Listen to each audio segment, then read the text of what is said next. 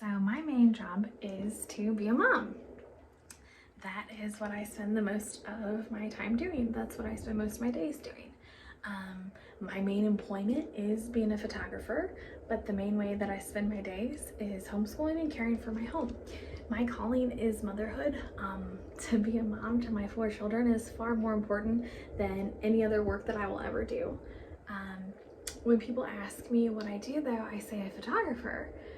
I don't say that being a mom is my job. I don't claim that. This is new for me because for 15 years, when someone would ask what I did, I would answer, I'm a home educator, or before we started homeschooling, I would say I'm a stay-at-home mom. And really, it's taken 5 years of studying photography and 2 years of owning my own business before I could confidently say, yes, I'm a photographer. When asked about my job, it required me to overcome imposter syndrome, and I felt that I had to reach a certain level in my business before I could even claim the title. Part of my hang-up is that I despise our society's habit of asking what people do as if they can size them up based on what their job is. I also feel that while I love photography as an art form, it's not really my calling. A calling to me is something that resonates deeply within us. A calling is something that we were made to do or designed to do. I read a book many years ago entitled Visions of Vocation, and I found in it this quote: "It is a simple grace, really, to be trustworthy, to be known as someone who does good work and will stand by his work." Okay, so if we take that definition, then motherhood is my work. I've labored at motherhood in more the ways than one, and I do stand by my work. My children are excellent, in spite of my best efforts, because of my best efforts, in spite of my worst efforts, however you want to phrase that.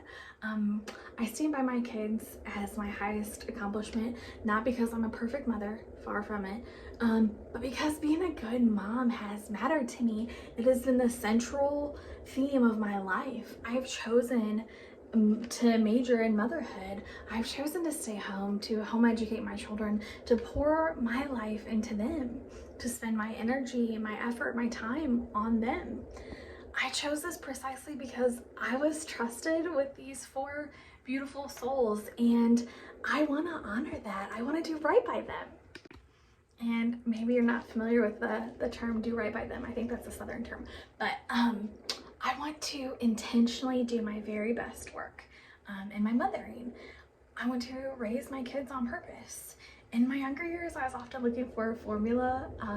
I kind of thought that if I read the right parenting book, then I would be guaranteed to have done everything I could to raise these kids.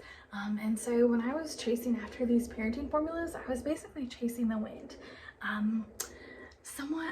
It was like I was saying, someone please tell me what is the very best way to raise kids. And then you just tell me the formula and I will do it.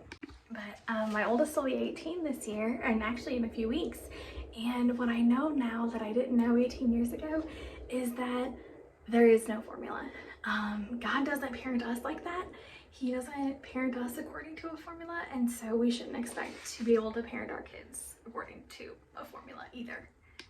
And unfortunately, what so many parenting experts neglect to tell us is that parenting comes down to love, empathy, and trust. I guess those themes don't actually sell parenting books and seminars very well, so that's probably why they're not often mentioning that to us. But so for us to be successful parents, we have to take the time to really see our children as they are, not as an ideal of them, not some ideal that we have in our head, not some ideal that somebody else maybe has told us that kids should be.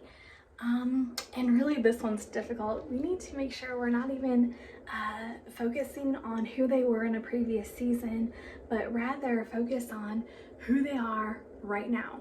Just like we don't want to be pigeonholed into who we were before, neither do our children. As we grow and change, we want to have the freedom to be dealt with as we are now, and so do our kids. That's just basic human feelings. So as our children grow and change, they will morph and evolve into new people just like we do. And it is time consuming to make sure they have those basic needs met, their spiritual development, their quality education, good relationships with healthy friendships, their physical needs met, not too much screen time, and on and on and on. And it's time consuming because it's meant to be. We are meant to spend our lives doing this. This is the good work. Parenting the kids that we have right now is the good work.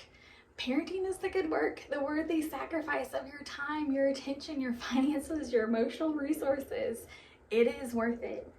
So what is calling? Well, for me, calling is the thing that you do that meets the deepest longings in your heart. For me, that is to nurture, to love well, to be a safe place for my kids, and often for other kids as well.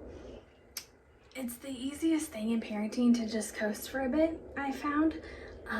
We've all done it, especially when we're tired or we're under financial constraints or something else. We will start out with these great ideas and these great intentions, but we get tired, we get run down, we get burnt out. When that happens, we would do well to remind ourselves of those good intentions we started out with, not because we need a formula, but because we need to remind ourselves why we're doing this to begin with. My prayer is that I'll make use of the time I have left with kids in my home, my children in my home, to pour into them, because I want to look my kids in the eye and I want to really listen to them. Just like when I'm talking, I want someone to listen to me. Because at the end of my life, I will have accomplished some things. Hopefully I'll have done some really good work, but motherhood is my true calling, and that is the work that I will be most proud of, and I don't want to miss a moment of it. Thanks for watching.